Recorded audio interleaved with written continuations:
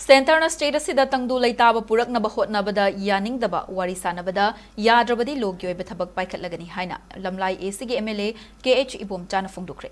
Manipur State Rural Livelihoods Mission MSRLM gi midyeng makhada Gender and the Social Coordinating Committee na sinduna sabung khokta laiba community hall da child marriage amadi domestic violence ki matangda awareness program amang asi pangthokre. Thauram ga mari leinana MLA KH Ibomcha na hai haukiba December 13 da center na sinduna maitei amadi Kuki MLA sing yauna punna mifam pangthokiba adu tangdu laitaba puraknanaba hotnabagi thausil amani mapung fana tangdu laitaba hanjillaklaba matungda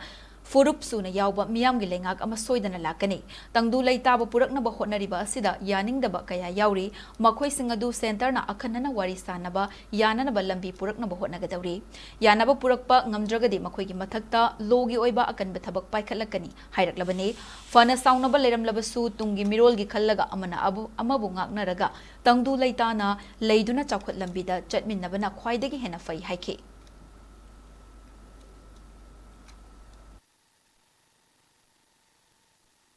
Community loinamak nagagi mihut yauba koki mihut yauba bangan yauba aduga akoi gi meitei gi yauba mihut mayam suni yauba government ama sembi nabagi paikhatlaiba thorangni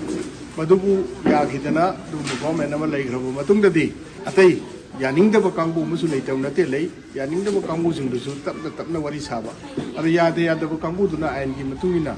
action lokhatpa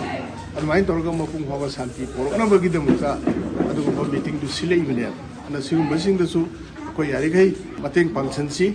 koi tonga gumba santorokpada